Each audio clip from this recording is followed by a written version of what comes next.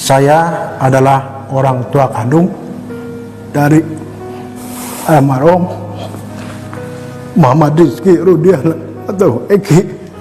Sosok Ibtu Rudiana, ayah kandung Muhammad Rizky Rusdiana atau Eki, akhirnya muncul. Kasus Vina kembali menjadi perbincangan usai kisah tragisnya difilmkan dengan judul Vina, Sebelum 7 Hari. Vina dan Eki dibunuh secara sadis di Jalan Raya Talun, Kecamatan Talun, Kabupaten Cirebon, Jawa Barat, pada Sabtu, 27 Agustus 2016, malam oleh 11 anggota geng motor. Kini akhirnya terungkap sosok ayah kandung Eki. Ia bernama Ibtu Rudiana. Ibtu Rudiana menjabat sebagai Kapolsek Kesambi Cirebon. Setelah 8 tahun berlalu akhirnya terkuak kalau yang merupakan anak polisi adalah Eki korban pembunuhan. Assalamualaikum, pada kesempatan ini saya berharap kepada seluruh warga Indonesia, kata Ibtu Rudiana, pada Jumat 17 Mei 2024. Saya adalah orang tua kandung dari almarhum Muhammad Rizky Rudian atau Eki, imbuhnya. Dengan suara bergetar, Ibtu Rudiana meminta netizen untuk tidak berasumsi macam-macam terkait kasus pembunuhan Eki dan Vina. Saya mohon kepada seluruh masyarakat Indonesia, agar jangan membuat kami lebih sakit, ucap Ibtu Rudiana. Eki adalah anak kandung saya yang mana menjadi korban daripada kelompok-kelompok yang kejam,